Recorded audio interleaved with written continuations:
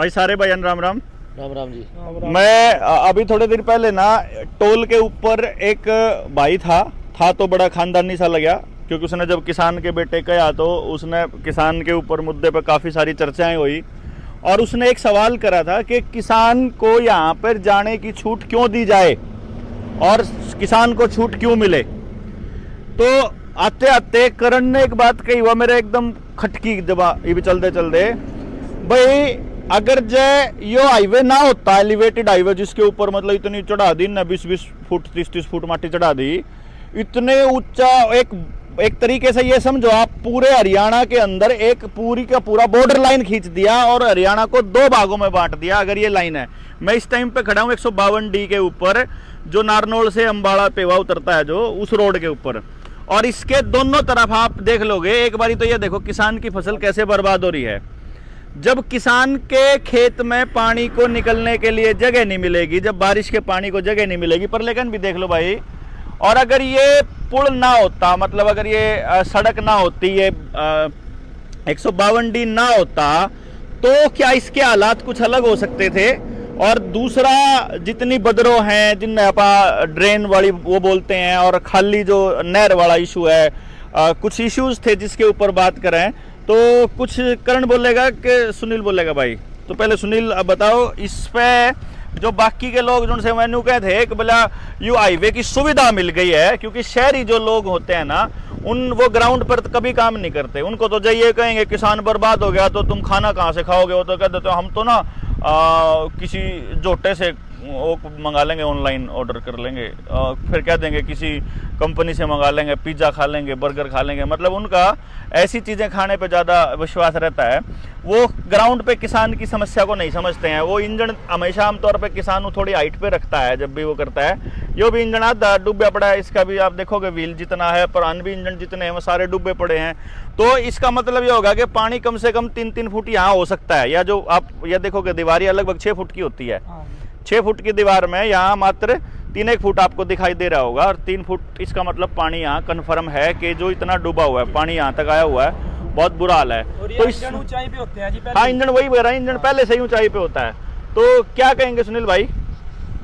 ये असल में क्या है कि इसको थोड़ा सा अगर बैकग्राउंड में जाओ ना, तो ये प्री प्लान्ड है पूरा का पूरा स्ट्रक्चर। और प्री प्लान्ड भी केवल ये नहीं कि भाई साल 2 साल 5 साल का है, ये लगभग 1.5 से 2 दशक पहले का है। ये जो हाईवे निकल रहा है, इसकी भूमिका बनाई गई थी जब 2008 में, यानी 15 साल पहले अंबानी को 12,500 एकड़ जमीन दे दी गई थी। पूरा जज्जर और गुड़गांव के बीच का पूरा एरिया दे दिया गया था। भूपेंद्र सिंह हुड्डा ने दी थी। तो जिसको ये लगता है कि भाई बीजेपी खराब है, जिसको ये लगता है कि कांग्रेस खराब है या कांग्रेस अच्छी है बीजेपी अच्छी है, उनके लिए एक बहुत बड़ा सवाल है और बहुत कुछ समझने को भी है। 12,500 एकड़ जमीन दे दी, उसी जमीन से लगता हुआ केएमपी बनाया गया है, और उसी केएमपी से निकलता हुआ मुंबई दिल्ली एक्सप्रेसवे बना है। उसी केएमपी और उसी 12,500 एकड़ जो जज्जर और गुड़गांव के बीच की जमीन है, उससे निकलता हुआ ये जिस रास्ते पे हम खड़े 152D ये बना है। इसने पूरी तरह किसान को तबाह करने के और किसान को कंट्रोल करने के लिए, जमीनों को हड़पने के लिए ये प्लान किया है। अभी आप ये पानी जो देख रहे हो, इस पानी को देखो कि जब तक पानी मूवमेंट करता है तब तक फसल को परेशान नहीं करता, लेकिन जैसे ही पानी खड़ा हो जाता है, मतलब स्टेडी स्टेट में आएगा, यानी रुकेगा, खड़ा होगा, तो वो उस जगह की पूरे के पूरे स्ट्रक्चर को बदल देगा। वहाँ का जो पानी का मिट्टी के अंदर के जो सोर है, मिट्टी के अंदर के जो छिद्र हैं वो मरेंगे, मिट्टी का स्ट्रक्चर चिकनेपन में आएगा, तो मिट्टी पानी पीना बंद कर देगी। मिट्टी पानी पीना बंद करेगी तो जो फसल के लिए जो तत्व मिलने थे मिट्टी से वो खत्म होंगे। और वैसे भी आप देख रहे हो तो ये लगभग 1 महीने से ये पानी ऐसे ही है, और ये बहुत बड़ा एरिया है हरियाणा का और पंजाब का। हजारों एकड़ जमीन की बात कर रहे हैं हम लोग, देवेंद्र भाई, लाखों बोल सकते हैं, लाखों कहेंगे, लाखों एकड़ जमीन, क्योंकि लाखों एकड़ जमीन का ये हाल है। आप इससे जोड़ के एक बात और देखो, ये जो कौन सी नहर है जो ये अभी असंध के पास से निकल रही है, वो जो जिसपे पानी के लिए झगड़ा चलता है, SYL वाला, उसको लगभग 12-13 साल हो गए, उसमें कभी पानी की बूंद नहीं आई। लेकिन मेरी जानकारी में सैकड़ों गांव ऐसे हैं जो बारिश के टाइम पे पानी की टक्कर से हर बार डूबते हैं, जो जबाड़े में सोमवीर है हाँ, उसका घर भी तो वहीं उसका पे पड़ता है, घर जब तो पापा गए थे वो पूरा पूरा डूबा हुआ था किनारे वो। पे ही है, अभी भी वो डूबा खड़ा है। हाँ मतलब फसल का खर्चा 2-2 बार, जैसे धान है, धान लगाने का खर्चा 2 बार हर बार होता है। 1-1.5 महीने 2 महीने से पानी मतलब बाढ़ की तरह भरा रहता है। ये पूरी तरह मतलब किसान को तबाह करने का, किसान को उजाड़ने का एक प्री प्लान तरीका है जो दशकों से चला रहा है। तो मतलब ये हो गया कि अगर इस तरह से एक रोड बन गया और फिर इस तरह से एक रोड बन गया, फिर एक पंजाब में निकल गया और फिर उधर से यूपी में निकल गया, तो ये ऐसे रेक्टेंगल बन जाएंगे जहां पे पानी का ब्लॉक, वो पानी रुकेगा ही रुकेगा और उसके पासिंग के लिए कोई जगह नहीं है। रेक्टेंगल का भी देखो, रेक्टेंगल भी छोटे छोटे। हाँ। अब आप देखो हम हरियाणा के बीचों बीच रोड पे खड़े हैं। हाँ। इसे थोड़ा सा अगर इधर जाओगे तो एक हाईवे बन रहा है जो रोहतक होते हुए हिसार जा रहा है। उसे थोड़ा उधर जाओगे तो वो भिवानी से होते हुए उधर रेवाड़ी और हिसार जा रहा है। इसे थोड़ा उधर जाओगे तो चंडीगढ़ की तरफ जा रहा है, पानीपत चंडीगढ़ दिल्ली हाईवे जो है, रोड जिसको रोड जा रहा है। इसको बीचों बीच देखो तो आप कैथल से होते हुए जा रहा है। फिर एक रोड ये जो अभी इसको भी चौड़ा करने का प्लान इन्होंने कर दिया है, जो असंध और करनाल जींद होते हुए जो इधर तो शाम की तरफ निकाल रहे हैं। यानी छोटे छोटे ब्लॉक बना दिए हैं। उधर शामली की तरफ में वो अलग हो गया। फिर यही काम केवल हरियाणा की बात नहीं है, यही काम पूरे यूपी में, यही काम गुजरात में, महाराष्ट्र में पूरी तरीके से यही तबाही। यानी जितनी पोर्ट है ना पूरे भारत के अंदर, जहां जहां बंदरगाह है, उन बंदरगाहों को मतलब जो एयरपोर्ट्स हैं, जो आपके रेलवे के यार्ड्स हैं बड़े बड़े, जितनी भी जगह पर जहां से भी रेलवे से जो भेजा जा सकता है और एयरपोर्ट से जो भेजा जाता है, जो समुद्री इलाके से जो भी सामान ले जाना हो सकता है, उसके साथ में ये रोड जोड़े जा रहे हैं। यानी ये रोड सीधे जाकर के श्रीनगर जाकर मिलेंगे, उधर से कन्याकुमारी जाकर मिलेंगे और इस पूरे के पूरे स्ट्रक्चर को योजनाबद्ध तरीके से बनाया जा रहा है। जैसे 12,000 एकड़ जमीन की बात जो सुनील भाई कह रहे थे, वो जो झज्जर में है, वहां बड़ी बड़ी कंपनियों का, शायद अमेजन और फ्लिपकार्ट के बड़े बड़े यार्ड्स बने हुए हैं। वहाँ पे लॉजिस्टिक हब बन चुके हैं, टाउनशिप हब बन चुके हैं, मैन्युफैक्चरिंग और प्रोसेसिंग, फूड पैकेजिंग, वो सारा का सारा जो हरियाणा, पंजाब या दूसरे स्टेट का जो मटेरियल अडानी के जो बड़े बड़े साइलोज में इकट्ठा हो रहा है, उसकी प्रोसेसिंग वहाँ दिल्ली के नजदीक हो रही है। और इसका एक सबसे खतरनाक बात और बताएं, ये जो पर्टिकुलर एरिया है, जो ये निश्चित जगह करी गई है 12,500 एकड़ की, इसमें दिल्ली से कनेक्टिविटी पहले नहीं थी। इसमें स्पेशल ट्रेन की कनेक्टिविटी, स्पेशल ट्रेन जितनी एलिवेटेड जो वो बन रहे हैं, आप कभी भी अगर आपका गांव उस जो नई जो ट्रैक बने हैं रेलवे के, वो बड़े हाइट पे, जिस तरह से ये एलिवेटेड मतलब ऊंचा उठा हुआ, मैं अपने देसी आदमी के लिए बता रहा हूं, एलिवेटेड जो शब्द है उसका मतलब है एलिवेट किया हुआ, यानी कि नॉर्मल रोड नहीं है ये। आप बाकी का जैसे जीटी रोड देखोगे, वो धरती के समानांतर लगभग पैरेलल में रहता है, नीचे ज्यादा बहुत ज्यादा हाइट नहीं होती उसकी। ये वाला इतनी ज्यादा हाइट पे है कि इसी तरह से ट्रैक बने हुए हैं कि आपके नॉर्मल पानी, डंगर, ये कोई चीज इसके ऊपर नहीं आती। यहाँ किसान का साइकिल अलाउड नहीं है, मोटरसाइकिल अलाउड नहीं है, किसान का बैल अलाउड नहीं है, उसकी बैलगाड़ी, उसके झोटा बुग्गी अलाउड नहीं है, उसका ट्रैक्टर ट्राली अलाउड नहीं है।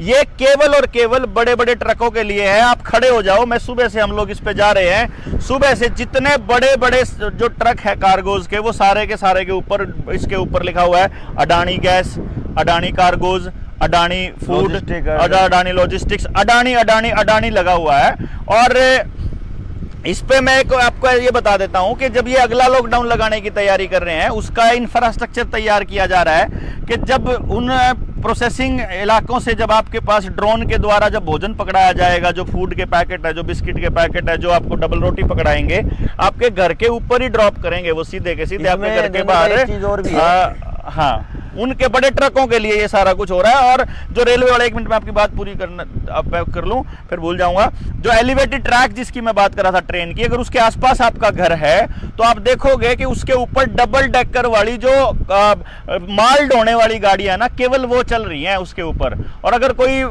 तेज स्पीड से चलने वाली गाड़ी, अगर तेजस जैसी कोई गाड़ी भी चल रही होगी, तो वो भी अडानी की ही गाड़ी चलती मिलेगी आपको। उसके ऊपर आम इंसान की गाड़ी नहीं चलती मिलेगी, जबकि जमीन जबरदस्ती आम किसान की उन्होंने हथियाई है, उसके ऊपर बनाने का खर्चा आम किसान का है, और उसके बाद 99 साल के लिए दे दी गई ऐसे ऐसे हरामखोरों को। अभी क्या कह रहे थे आप? एक चीज और देखो, मान के चलो जहां पे हम खड़े हैं, ये किसी किसान की जमीन 10 एकड़ जमीन है, तो 10 एकड़ जमीन में से लगभग 2 एकड़ तो छीन लिया इस हाईवे वालों ने। अब 4 एकड़ इधर है और 4 एकड़ इधर है। अब ना कोई रास्ता है, ना कोई यू टर्न है, हाँ। ना बुग्गी इसके ऊपर से जा सकती है, ना ट्रैक्टर जा सकता है, ना ट्रॉली जा सकती है, ना साइकिल मोटरसाइकिल जा सकते हैं।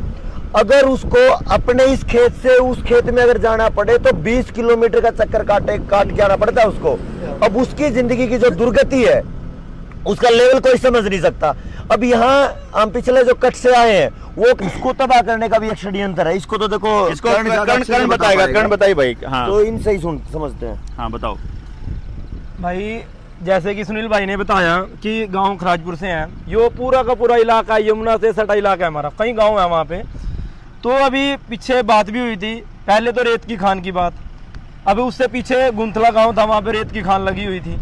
वहाँ पे सुनियोजित तरीके से वो खान लगाई गई थी आज से 8-10 साल पहले। उसका कारण क्या था, वो जो रेत की खान है, रेत उठेगा, खड्डे हुए वहाँ पर जमुना में और पूरा बिल्कुल गहरी खाई। और अब क्या हुआ, उससे पहले 10 साल पहले वहाँ पर हर एक गाँव में गुंथला एरिया के पानी आता था, जो यमुना का पानी था वो आता था। लेकिन जब से ये खान लगी है, वो खाई हुई है, ढूंगा हुआ वहाँ से, और वो पानी सीधा आगे जो आगे के गाँव है ओवरफ्लो होके उनमें टूट गया। लेकिन टूट गया है या तोड़ा गया? हाँ, तोड़ा गया, वो भी बात करें। भी जा सकता है। तो अभी क्या हुआ, पीछे ये जो अभी बाढ़ आई है, सभी लोग जानते होंगे, जो बाढ़ आई है इससे ये जो कलसोरा गांव है उधर इंद्री में, वहां से 2 जगह से जो पटड़ी बोलते हैं जिसको देसी भाषा में, वो तोड़ी गई है। वो तोड़ने का कारण जमुना नदी की जो पटड़ी जो बांध है इन गाँव को जो बचाता था यमुना के पानी से, उसको वो तोड़ी गई है 2 जगह से। वो तोड़ने का कारण ये था, जहां तक हम समझ पा रहे हैं इन षड्यंत्रों को, वो तोड़ने का कारण ये था कि जो एक गांव है जिनका एरिया रिक्वायर हुआ था रेत की खान के लिए रेत की खान के लिए रिक्वायर हुआ था, ताकि इन गाँव एक्वायर हुआ था, हाँ, ताकि इन गाँव को पानी में डुबोया जाए और इनकी जो फसल है वो तबाह की जाए, ताकि लोग खुद से ये बोल दें कि आप लोगों ने विरोध कर दिया था खान के लिए। हमने इससे पहले विरोध किया था, ताकि लोग खुद ये बोल दें कि भाई ये लो अपनी जमीन, हमारी अपनी जमीन दे दो, और भाई जो देना वो दे दो। 1,50,000 जो किसी लायक तो बची नहीं, क्योंकि वहां पर 10-10 फुट रेत चढ़ चुका है। मेरे खुद के सारे 9 एकड़ गन्ना खराब हुआ वहां पे यमुना नदी में। और ये सारे पूरे के पूरे गांव जो उस जमुना किनारे के गांव थे, पूरी बेल्ट को बर्बाद करके अब खनन माफिया को वहां पे अधिकार दिए जा रहे हैं। आपको ये और बात समझनी पड़ेगी दोस्तों कि ये सिर्फ रेत की खान से और बाढ़ के पानी से नहीं बर्बाद करने का है।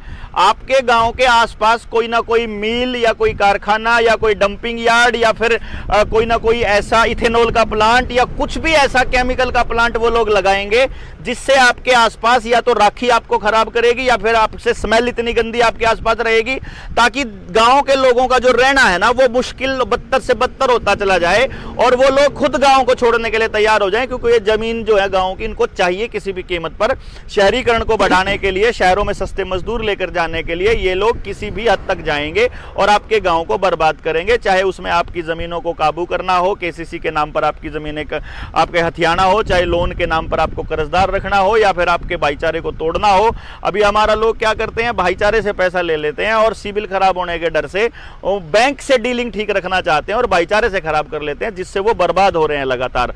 तो अपने बच्चों के लिए अपनी शिक्षा, अपना स्वास्थ्य, अपना पंचायत, अपनी न्याय, अपना गांव, अपने डंगर, अपना जंगल, जल जंगल, जमीन, जानवर, इन सब के ऊपर हम लोग बहुत बड़े तरीके से काम कर रहे हैं। हमें ज़रूरत है गांव वालों की कि गांव आगे आएँ। उनको समझाने के लिए जनता सरकार मोर्चा के साथी आपके गांव में आ जाएंगे। आपको बचाना कैसे है, आपको कैसे सरकारों से लड़ना है, किस तरह से कानूनन रूप से आपका अधिकार है, आप देश के नागरिक हो, आप देश के मालिक हो। असलियत में ये नेता लोग उद्योगपतियों के जाल में फंस करके आपको बर्बाद करने के लिए लगातार प्रयास कर रहे हैं और निरंतर एक काम कर रहे हैं।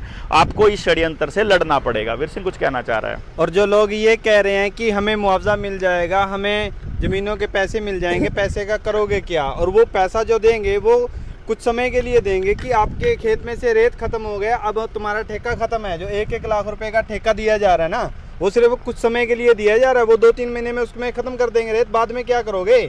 और हमें हमारी ज़मीन चाहिए जिसमें अनाज उगता है। हमें पैसे नहीं चाहिए, हमें नोट नहीं चाहिए, क्योंकि नोट कोई खा नहीं सकता। चाहे वो शहर वाला हो या गांव वाला हो, वो समझ ले कि जो पिज़्ज़ा बनता है, जो नूडल्स बनते हैं, जो बिस्किट बनते हैं, वो किसान की ज़मीन से बनते हैं। किसान की जो ज़मीन होती है, जो किसान उसमें अनाज उगाता है, उसी से बनाए जाते हैं। वो हर एक चीज़ किसान बनाता है और वो धरती में से निकलती है, वो ज़मीन में से निकलती है। ज़मीन जब ख़त्म हो जाएगी, जैसे ये पानी भरा हुआ है निरंतर देख रहे हैं आप, और जो यमुना नदी के जो तटीय इलाके हैं उनमें विनाश कर दिया गया है, पूरा अच्छे तरीके से तबाह कर दिया गया है।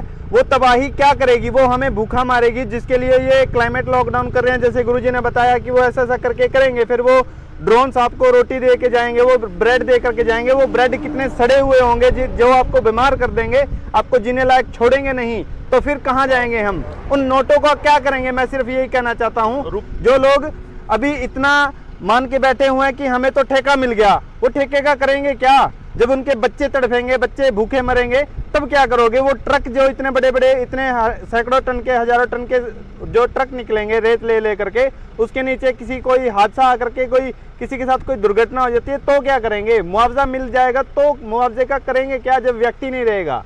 ये ब्लड मनी वाला खेल है, इसको बंद करना पड़ेगा, क्योंकि आपको कितना भी मुआवजा दे सकते हैं, मुआवजे के नाम पर आप जितना पैसा चाहें ये लोग दे देंगे, क्योंकि ये लोगों को छापना होता है। अब तो छापना भी नहीं होता, अब तो कंप्यूटर में डिजिट चढ़ानी होती है, और डिजिट चढ़ गई और आप लोगों को हवा में पैसा बन रहा है। और ये पैसा नहीं है, पैसे के बदले में वहां पर आपका सोना रखा होना चाहिए, या फिर आप पैसा दो, ये का नोट दो तो आपका पैसा आपको मिलना चाहिए। वहां पर पता करो कितना पैसा रखा है। 34 लाख करोड़ रुपए की क्या वो है आपके पास अभी भी, जो नकदी जिसको कहते हैं नोट, जो करेंसी नोट अभी देश के अंदर, और 156 लाख करोड़ रुपए का कर्जा है, यानी 122 लाख करोड़ रुपए की तो चीजें, जमीनें, मकान सब नीलाम होने वाला है। और इसके बदले में केवल 800 टन सोना रखा है आरबीआई के पास, जिसकी कीमत बनती है लगभग 4.8 लाख करोड़ रुपया। इसका मतलब 29.2 लाख करोड़ रुपए के करेंसी नोट तो प्योरली फर्जी और नकली है। नकली रुपया लेकर के जेब में वो नंबर लेकर के कब तक अपने बच्चों को खाना खिलाओगे? एक दिन साइबर अटैक आएगा और आपके बैंक अकाउंट खाली हो जाएंगे। पीएमसी जैसे बैंकों के अंदर ये पहले से टेस्टिंग कर चुके हैं, देख चुके हैं कि बैंक बंद हो जाएगा तो लोग कितने उठते हैं। आप अभी अभी चीजों को समझने लगिए, बोलिए, समझिए, बात में चर्चा कीजिए। और अगर आपको किसी तरह का डाउट और शक शुबह है तो जनता सरकार मोर्चा की 3 दिन की मीटिंग में आइए। 1, 2, 3 तारीख को हमारी मीटिंग महाराष्ट्र के अंदर है, क्या नाम है उसका ना, धाराशिव जिले के अंदर है। आपको वो बता देंगे, आप मुझे व्हाट्सएप कर सकते हैं 9518170000 पे, मैं आपको पूरी डिटेल बता दूंगा। और दूसरा एक ट्रेनिंग हमारी हो रही है 18, 19, 20 को जींद जिले के अंदर, उसके लिए भी आप बता सकते हैं, जींद वाले में आना चाहते हो तो 10 तारीख से लेकर 16 तारीख तक जनता सरकार मोर्चा के साथियों की 7 दिन की ट्रेनिंग हो रही है। उसमें केवल वो एलिजिबल है जिन्होंने लेवल 1 की ट्रेनिंग ले चुके हैं। 1 से लेकर 7 तक की ट्रेनिंग में जो लोग हिस्सा ले चुके हैं वो उसके लिए एलिजिबल हैं। तो आप लोग आइए, अब बातचीत कीजिए, षड्यंत्र को समझिए, समस्या समझेंगे तो समाधान की दिशा में काम कर पाएंगे। समस्या और समाधान दोनों पे वहां पर चर्चा करते हैं जनता सरकार मोर्चा के साथी। अभी हम लोग उचाना से आ रहे हैं, और जो विजेंद्र के मकान पर कब्जा करने की बात थी, जो पोजेशन का नोटिस आया था, उसको खारिज करके बैंक वालों को हमने वहां से भगा दिया। जनता सरकार मोर्चा ने पूरी गली को जागृत कर दिया। पूरी गली में आज इसके बाद एक भी मकान की ना कुड़की होगी, ना वो बिकेगा, ना वो कहीं पे उनका कब्जा होगा। आप लोगों को एक बार फिर से मैं आपको दिखा देता हूं कि जो हालत है किसान के लिए, किसान की जमीन की, किसान के साथ में काम करने वालों की, ये देखो, ये आप देख रहे हो ना, ये किसान के खेत की हालत है इस टाइम पे, और ये दूर दूर तक आपको पानी ही पानी नजर आ रहा है। ये आज की बात बता रहा हूं मैं आपको। और आप इधर चले जाएंगे, यहाँ पर इस साइड चले जाइए, इधर भी देखेंगे तो आपको यही चीज़ नजर आएगी कि किस तरह से ये ज़मीन जो है वो बिल्कुल पूरी तरह से बर्बाद हुई पड़ी है। ये आसान बात नहीं है और ये कोई मामूली बात नहीं है। ये बर्बादी के जिम्मेदार ये सरकारें हैं, सरकारों में बैठे हुए लोग जो उद्योगपतियों की गुलामी कर रहे हैं। इस गुलामी से मुक्ति का समय है। आप लोग अपने दोस्तों को, अपने भाइयों को जगाइए, अपने गांव के अंदर इस यात्रा को और बड़े कीजिए। आने वाले समय में हम लोग अपने बच्चों की लड़ाई लड़ेंगे, बहुत बड़े लेवल पर लड़ेंगे, एक दूसरे का साथ देंगे। इस उम्मीद में हम लोग लगे हुए हैं इस देश को जगाने के लिए। तो आप लोग जागिए, सबको जगाइए, अपने भाईचारे को और मजबूत कीजिए और बैंकों के साथ, बैंकों के जाल में मत फंसिए। धन्यवाद।